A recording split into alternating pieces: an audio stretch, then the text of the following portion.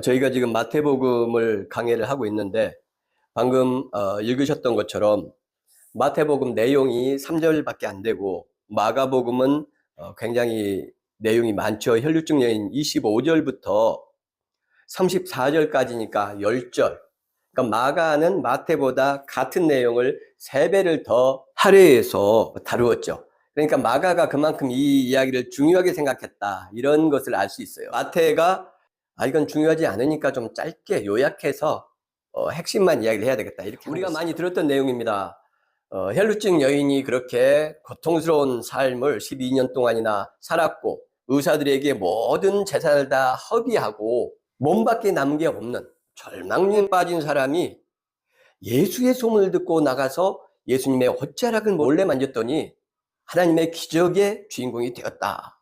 그래서 우리도 어떤 어려움이 있더라도 믿음을 붙잡고 주님께 나아갈 때 우리가 그 문제를 해결할 수 있고 하나님의 은총을 받을 수 있다. 이제 이렇게 보통 우리가 이야기를 듣죠. 혈루증이라고 기록된 말은 이제 흐른다라는 말과 하이마토스라는 피라는 말이 두 단어가 합해져서 생긴 말이에요. 그러니까 피가 흐르는 것. 레위기에 보면은 부정한 병으로 이제 나와 있어요. 이 혈루증이나 비슷한 유형의 병이 걸리면 이제 몸에는 피가 멈춰서 흐르지 않지만 그게 치유된 것인지를 정확히 알 수가 없으니까 일주일을 기다린 다음에 병이 나은 것 같다, 그러면 제사장에게 가가지고 정하게 되었다, 이것을 확인받고 그 다음에 이제 제사를 드리고 그렇게 해서 이제 깨끗하게 되는 겁니다. 그러면 그렇게 깨끗하게 제사장으로부터 인정받기 전에는 격리가 되죠. 부정한 사람이니까. 레위기 15장에 보면 그가 만진 모든 것, 또 그를 만진 모든 사람이 다 부정하게 돼요. 똑같이 일주일간 부정하게 되고 제사장에게 정결례를 행하면 됩니다. 그러나 당사자는 어떤 종교적 부정성을 전파하는 그런 사람이 되는 거잖아요. 그래서 격리가 되고 정상적인 일상활동을 전혀 할 수가 없습니다. 왜냐하면 의자하고 책상이고 앉고 만진 모든 것, 식탁이고 이런 것이 다 부정하게 되기 때문에 다른 사람하고 함께 할 수가 없죠. 그래서 종교적으로 부정한 병이라고 규정된 어떤 질환들, 나병이나 이런 것들은 당시 이스라엘 사회에서 그 병 자체가 주는 고통도 대단했지만 인류 역사상 유대인들처럼 종교적인 민족과 국가가 없어요. 뿌리부터 야훼 종교로 시작된 이 민족과 국가 사회에서 부정하게 됐다는 것은 야훼에게, 하나님께 저주받고 미움받았다라는 거거든요. 그래서 그 사회에서 정말 많은 고통을 받습니다. 종교적, 사회적, 문화적으로. 사실상 정결례를 행해도 정상적인 삶을 영위하기가 쉽지 않을 수밖에 없다. 우리 지금 전과자들 한번 생각해 보세요. 옥고를 치르고 나왔으면 정상적인 삶으로 복귀가 돼야 되는데 전과자들을 이렇게 사회에서 인정해 주지 않는다고 하잖아요, 많은 사람들이. 그래서 재범률이 높다는 거예요. 저 사람 전과자야, 믿을 수 없어, 이렇게 되는 거죠. 하물며 이스라엘 사회에서 이 부정한 이런 질환들을 앓았던 사람들은 정말 고통스러운 삶을 살았다. 병이 주는 고통 외에도 정신적인, 심리적인 고통이 훨씬 컸다. 이것을 이제 우리가 생각을 해야 돼요. 25절에 이렇게 돼 있죠. 12해를 혈루증으로 앓아온 한 여자가. 지금 이 이야기가 기록된 것은 예수님께 야이로라고 하는 회당장이 찾아왔어요. 그래서 제 딸이 죽게 되었습니다. 제 딸 좀 살려주세요 라고 와서 예수님이 야이로의 집에 가고 있는 중에 일어난 사건이에요. 따로따로 두 사건을 다룰 수도 있는데 야이로의 집에 가는 중에 이 사건을 다루고 있어요. 그리고 이 사건이 이렇게 끝나고, 이 에피소드가 끝나고 35절에 예수께서 말씀하실 때에 회당장의 집에서 사람들이 와서 회당장에게 이르되 당신의 딸이 죽었나이다. 어찌하여 선생을 더 괴롭게 하나이까? 이렇게 말하는 내용이 나온단 말이에요. 그러니까 대체 왜 이것을 둘로 나누지 않고 중간에다 아주 어색하게 집어넣어가지고 이렇게 만들었을까? 실제로 시간의 순서대로 있었던 상황 그대로를 기록했기 때문에 다큐멘터리처럼 이런 상황이 기록되어 있을 것이다, 이렇게 말하는 분들도 있습니다, 신학자들이. 그러나 대부분의 신학자들은 아니 상당수 신학자들은 이건 어떤 의도가 있을 것이라고 봐요. 그럼 그 의도가 뭐냐? 그 의도를 명확하게 말하는 분은 없어요. 예. 그런데 저도 의도가 있다고 봅니다. 그럼 이제 저는 그 의도가 뭐냐? 야이로의 딸이 12살이에요. 42절 한번 읽어보겠습니다. 시작. 소녀가 곧 일어나서 걸으니 나이가 12살이라 사람들이 곧 크게 놀라고 놀라거늘 죽었다가 살아난 이 아이가 12살. 그런데 공교롭게도 혈루증도 12년 동안 병을 앓았어요. 10이라는 숫자는 성경, 신약 성경에서, 구약 성경에서 굉장히 중요합니다. 그래서 완전수라고 해요. 우리가 잘 기억하는 게 12지파, 이스라엘 민족을 뜻하죠. 그리고 예수님의 12사도, 구약에서는 12지파, 야곱의 아들들이죠. 신약에서는 예수님의 12사도, 이스라엘 민족을 지칭하는 숫자 12. 그 외에도 이 10이라는 숫자에 대해서 이 완전한 숫자라고 말하는 이유를 이제 뭐 수도 없이 많이 될 수 있지만, 오늘 그 내용이 아니니까. 그래서 12는 이스라엘을 뜻해요. 그러면 이 혈루증 12년 동안 여호와의 저주받은 병이라고 생각한, 하나님께서 사람을 저주하셔서 이런 병을 주시지 않습니다. 절대. 그 성경에 하나님은 그런 분이 전혀 아니죠. 인간이 말 좀 안 듣는다고 그 저주받은 병을 주시는 하나님이 어떻게 죄 때문에 죽을 인간들을 위해서 그들을 살리기 위해 대신 죽으려고 인간으로 오십니까? 그리고 그들을 위해서 어떻게 죽을 수가 있어요? 말도 안 되는 이야기잖아요. 지금 여기서 이스라엘이 병든 것을 의미하는 거죠. 한마디로 말하면. 그러니까 마가는 지금 무슨 말을 하고 있는 거냐면, 이 일이 없었냐? 그러면 혈루증 여인의 사건이 없었냐? 그런 말이 전혀 아닙니다. 있었어요. 야이로의 딸도 있었고, 그러면 마가가 그 자리에 없었던 사도가 아니었지 않습니까? 가서 혈루증 여인이 몇 살 먹었는지 마가가 탐방을 한 것도 아닐 것이고, 야이로의 집에 가서 그 아이가 너 그때 예수님께서 고쳐주실 때 몇 살이었니? 이렇게 해가지고 12살이었다. 이렇게 조사를 한 것도 아닐 거 아닙니까? 여기에 그래서 상징과 의도가 들어가는 거예요. 그래서 저는 왜 이 두 개를 함께 묶어서 마가가 했느냐라고 생각을 하냐면, 바로 이 10이라는 숫자 때문에, 즉 혈루증과 야이로의 딸의 이야기를 통해서 마가는 이스라엘에게 경고하고 있었던 거예요. 너희들이 혈루증 여인과 같은 사람들이고, 주님께서 오셨는데 이스라엘은 마치 주님과 상관없이 죽어버린 이 야이로의 딸처럼 주님을 전혀 알아보지를 못하는 거예요. 하나님의 아들 메시아를 알아보지 못하는 거죠.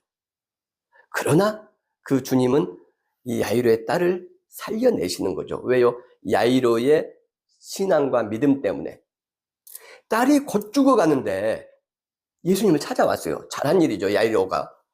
그런데 예수님께서 이 시급을 다투는 이 화급한 시간에 주님 제 딸이 죽게 생겼다고요. 지금 이럴 거 아닙니까? 그런데 주님은 이 혈루증 여인하고 누가 내 옷 만졌니? 그러면서 돌아보고 막 지체하고 있는 거죠. 그래서 야이로의 마음이 어떻겠어요? 근데 야이로는 아무 말 없이 기다려요. 그 기다림이 예수 그리스도의 기적과 하나님의 은총을 받게 하는 그런 어떤 열쇠가 되었다. 뭐 하여간 이런 내용들로 이제 이해할 수 있고. 자, 혈루증 여인으로 다시 돌아가면 26절 한번 읽어보겠습니다. 시작. 많은 의사에게 많은 괴로움을 받았고 가진 것도 다 허비하였으되 아무 효험이 없고 도리어 더 중하여졌던 차에. 말할 것이 없죠. 많은 의사, 의학적 지식으로 돈이나 탐냈죠. 의사만 이 사람에게 고통을 줬겠습니까? 여기 보면 괴로움을 받았고 이렇게 됐죠. 이게 파스코라는 단어입니다. 원어로. 파스코는 고통, 고난인데 병으로부터 오는 고난이 아니고, 파스코는 바깥으로부터 들어오는, 나를 향해서, 나의 삶을 향해서 나의 보호막을 찢고 들어오는 고통과 고난을 이야기해요. 파스코라는 단어는. 그래서 이게 마태복음과 마가복음에서, 누가복음에서 어떻게 쓰이냐면, 예수께서 해를 입으시고 예수께서 고난을 당하시고 예수께서 순환을 당하시고 십자가에 달리셨다 할 때 전부 이 파스코가 쓰여요. 놀랍죠? 그 파스코가 이 혈루증 여인한테 쓰였다는 건 뭘까요? 이 여인이 혈루증이라는 병 때문에 고통을 받는 것은 별거 아니라는 거예요. 사회적인, 종교적인, 그리고 이 의사들로 표현된 사랑하는 마음 없이 거짓 지식을 가지고 이 여자의 돈만 탐하는 이 사람들이 이 여인을 고통 가운데 파스코하게 그 고난을 당하게 한 거예요. 그러니까 심리적인 고통이 굉장히 커요, 이게. 격리가 돼야 되고, 그 사람이 만진 것은 다 부정하게 되니까, 어떻게 밥을 제대로 먹겠습니까? 뭐, 어떻게 해볼 방법이 없잖아요. 청소도 해줄 수가 없는 거예요, 다른 사람이 와서. 친구를 만날 수가 있겠습니까? 20살 정도에 이 병이 들렸다고 치면은 지금 32살 정도가 된 것이고, 30살 정도에 이 병이 걸렸다면 42살 정도가 된 거예요. 25이면 37 정도가 된 거죠. 어느 나이에다 갖다 대든지 간에 거의 아주 아름답고 즐겁고 행복해야 될 청춘이 12년이 사라져버린 거예요. 가족들과 손잡고 소풍도 갈 수가 없었고, 뭐 남자친구를 사귀는 것은 말할 것도 없고, 같은 여자친구도 사귈 수 없는 그런 얼마나 고통스러웠겠습니까? 그런 아픔들, 그 다음에 손가락질 당하는 조롱하는 말들, 우리가 앞에서 살펴봤었죠. 나병 환자 이야기, 여호와께 저주받은 자, 그 다음에 침상에 던져진 중풍병자도 같은 뉘앙스, 전부 사회적으로 받는 고통들이에요. 여기도 이제 똑같이 그런 고통을 받은 거예요. 수십 년을, 최소한 12년을. 그런 외부적인 고통을 받고 나서 27절에 보면 예수의 소문을 듣고 무리 가운데 끼어 뒤로 와서 그의 옷에 손을 대니, 그렇죠. 그래서 소문이라는 말은 원어가 소문은 아니고 무엇에 대하여, 무엇에 관하여 이런 단어가 쓰였어요. 페리라는 단어인데, 그러니까 예수에 대해서 들은 거예요. 예수의 소문을 들은 것과 예수에 대해서 들은 것은 약간 뉘앙스가 차이가 있죠. 소문을 들었다는 것은 흘러다니는 말들 중에 어떤 것들이 내 귀로 들어온 것이죠. 예수에 대해서 들었다는 것은 누군가가 나에게 예수에 대해서, 예수에 관해서 말해주는 것이에요. 예수에 대해서 들었다라는 것은 어떤 특정인 그 사람이 나한테 와서 예수에 관해서 이야기를 해준 걸 의미를, 그 많은 사람들, 사회적으로 또는 의사들이 이 여성에게 그렇게 고통을 주고 파스코하게 했는데, 어떤 익명의 사람이 와서 예수에 대해서 이야기를 해준 거예요. 우리가 지금 마태복음을 하고 있으니까 마태복음의 앞의 내용들, 8장 9장의 내용들을 생각하면 돼요. 야, 내가 예수라는 분을 만났는데 말이야, 선생님이 그 나병 환자를 어루만지시면서 낫게 해주셔서 즉시로 나았어. 너도 나을 수 있어, 예수를 만나면. 이렇게 이야기를 했겠죠. 또 베드로가 예수님의 제자인데, 근데 그 장모를 손을 잡아 일으키면서 낫게 해주셨어. 중풍병자가 침대에 던져져서 그렇게 너보다 더 고통스러운 삶을 살고 있었는데, 그를 친구들이 예수께 데리고 오니까 예수께서 그를 낫게 해주시고, 아들아 힘을 내라, 이런 말씀까지 하셨어. 너도 예수님만 만나면 틀림없이 나을 거야. 백부장 이방인의 종도 이렇게 나왔어. 이런 이야기를 해줬을 거 아니에요. 그 이야기를 들었죠. 그리고 이 여성이 희망이 생긴 겁니다. 28절 말씀 한번 읽어볼까요? 시작. 이는 내가 그의 옷에만 손을 대어도 구원을 받으리라 생각함일러라. 예.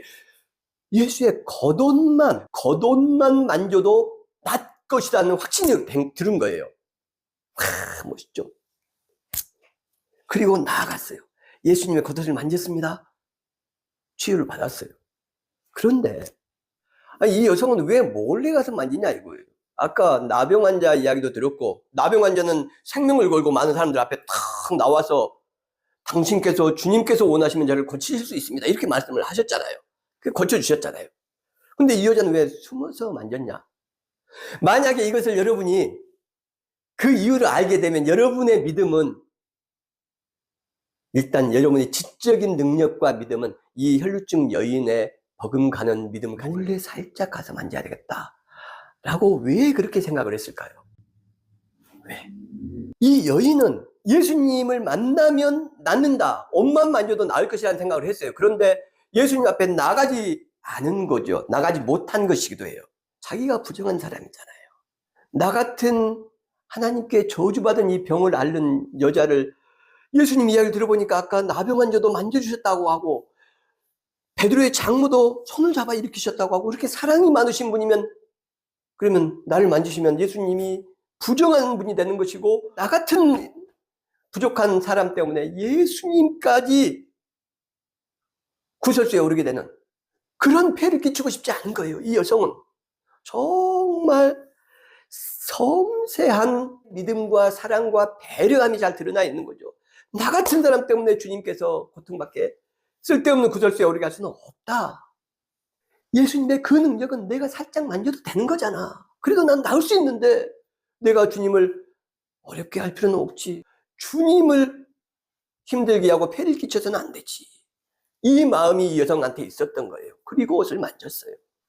곧 혈루의 근원이 말랐다. 29절에 이렇게 돼 있죠. 그리고 나았구나. 그걸 깨달았어요. 저는 갈비뼈가 이제 부러졌을 텐데 신학하기 전입니다. 옛날 젊었을 때 사건이 있어서 부러졌어요. 그런데 이거 하나님께서 치유해 줬다고 제가 믿는 겁니다. 검증할 방법이 없어요. 과학적으로는. 그런데 뭐 우리 다리 저릴 때 있죠. 그런 것처럼 뭔가 빛이 이렇게 팍 퍼지는 것 같은 어떤 느낌들, 설명할 수가 없어요.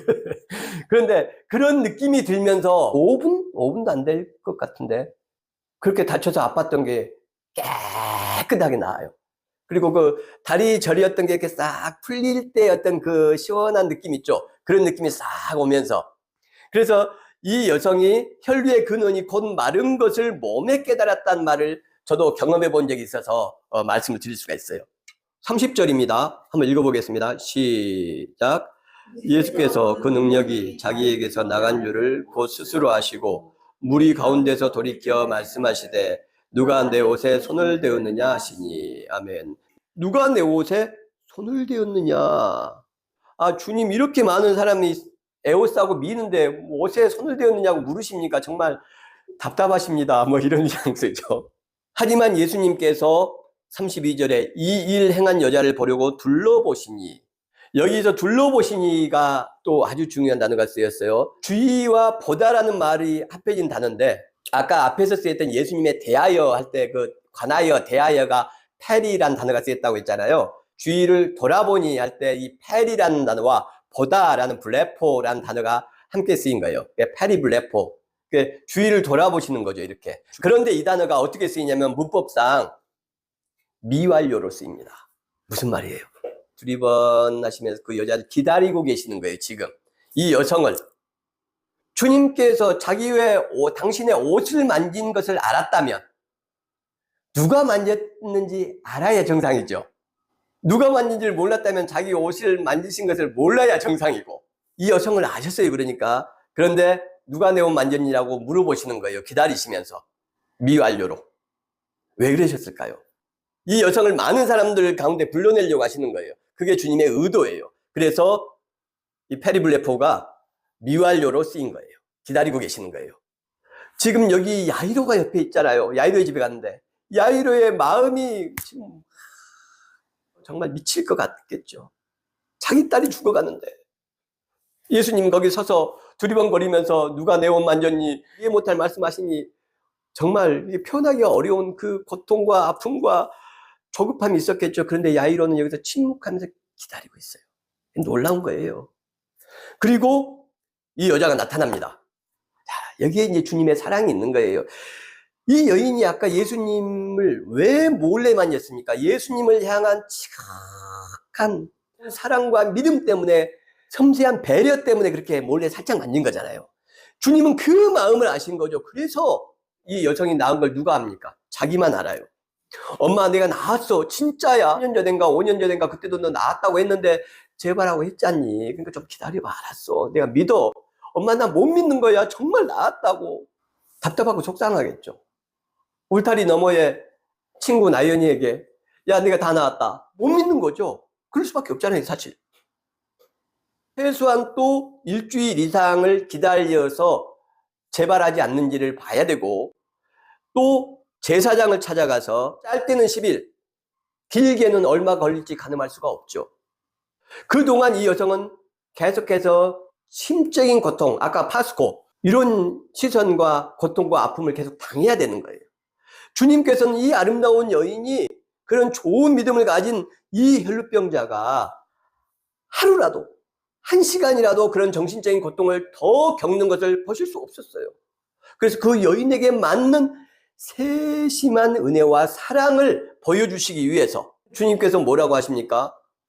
딸아, 내 믿음이 너를 구원하였다. 주님께서 고치신 것이 아니라는 거예요. 너의 믿음이 너를 고쳤다는 거예요. 너가 기적의 당사자고 주인공이고 기적의 능력자라는 거예요. 너가 치유자라는 거예요. 엄청 놀랍죠. 그런데 이게 마태복음에 가면 어떻게 되어 있습니까? 시작. 예수께서 너를 보시되 따라 안심하라 내 이름이 너를 구원하였다 하시니 이러다 주시니 원하였다. 따라 안심하라. 어디서 들어본 것 같지 않습니까? 9장 2절 시작. 침상에 누운 사람들이 데리고 예수께서 그의 이름을 부시고 죽임자에게 이르시되 작은 자야 안심하라 내 죄의 사함을 받으리라. 아멘. 제가 이때 이 작은 자가 원어가 뭐라고 했습니까? 아들아, 테크논. 딸을 세이가 먼저 나옵니다. 힘을 내라, 용기를 가져라, 테크논, 아들아. 이렇게 나온다 그랬죠. 근데 여기서 똑같은 말씀을 예수님이 하시는 거예요. 따라가 나오죠. 딸을 세이가 이게 먼저 나옵니다. 딸을 세이, 힘을 내라, 용기를 내라. 그 다음에 띠가 테르, 딸이에요. 딸을 세이, 테크논. 이렇게 말하는 것과 여기서 딸을 세이, 띠가 테르 한 것은 똑같은 의미예요. 하나님의 아들, 하나님의 딸, 너희들은 저주받은 게 아니라는 거예요. 세상에서 너희들이 저주받았다고, 여호와께 버림받았다고 그렇게 종교적으로 율법을 가지고 그렇게 이야기를 했지만 그렇지 않다. 하나님은 너를 사랑하신다. 너는 하나님의 아들이야. 너는 하나님의 딸이야. 힘을 내, 용기를 가져. 이 말씀인 거예요. 하나님의 아들이고 하나님의 딸이라는 증거가 뭡니까? 치유의 기적. 치유받았잖아요. 이 말씀을 치유가 증명해 주는 거예요. 마가복음 말씀에서 딸아 내 믿음이 너를 구원하였으니 평안히 가라. 내 병에서 너희가 건강할지어다. 평안히 가라 라고 돼 있죠. 예수님께서 그 2000년 전에 실제로 이 혈루증 여인을 만나서 무슨 말씀을 하셨는지, 마지막에 딸아 평안히 가라 하셨는지, 딸아 용기를 내라, 내 믿음이 너를 구원하였다고 하셨는지 알 수 없어요. 정확한 말은. 실제로 2000년 전에 그 장소에서 있었던 말씀을 알 수가 없다. 성경 말씀을 하나님의 말씀이라고 할 때 문제가 되는 것은 이것을 2000년 전 예수님께서 혈루증 여인을 만나는 그 시간, 예를 들자면 오후 1시 47분경에 정확하게 이렇게 말씀하셨다고 믿기 때문에 문제가 생기는 거예요. 성경은 그걸 기록한 것이 아닙니다. 하나님의 말씀이라는 것은 1.1획도 틀림이 없는 시공간 속에 일어난 팩트를 기록했기 때문에 하나님의 말씀이 아니에요. 오늘 말씀처럼 계시, 이 아포칼립토라는 것은 숨겨진 것을 드러낸 걸 말하는 거잖아요. 우리가 수도 없이 들었던 그 혈루증 여인의 믿음 외에 오늘을 보니까 좀 다른 모습들이 있고 다른 내용들이 드러나고, 주님께서 왜 기다리고 계셨을까 두리번거리면서 이 여인은 왜 뒤에서 몰래 만졌을까, 이런 계시들이 지금 드러났잖아요. 그것 때문에 은혜를 받고 우리가 마음에 감동을 입고 아 하나님께서 정말 살아계시구나, 이건 정말 하나님 말씀이야 라고 느낄 때 그 감정과 감동 때문에 하나님의 말씀이 되는 거예요. 그 감동과 감정은 어디서 오는 겁니까? 이 은혜와 감동은 하나님으로부터 오는 거예요. 하나님으로부터 우리가 위로를 받는 것이죠. 이 은혜와 감동을 통해서. 그래서 그것을 우리는 성령의 역사하심이다라고 말을 하죠. 여인이 치유받은 근본적인 이유가 예수님에 대한 섬세한 배려로 끝났기 때문에 그럴까요? 아닐 거예요. 한 사람, 그분이 비록 예수님이긴 했지만 한 사람을 향한 겸손한 마음, 그를 향한 섬세한 배려와 사랑이 이 여인을 하나님의 딸로, 기적의 주인공으로 만들었다. 그리고 우리가 이 땅에서 이 여인의 믿음과 겸손함을 가지고 따뜻하게 배려하고 세심하게 사랑할 때 이 여인에게 주셨던 은총과 축복을 우리에게도 주신다. 왜냐하면 하나님은 살아계시기 때문이다. 이 말씀을 믿으시고 아멘으로 화답하시면 좋겠습니다.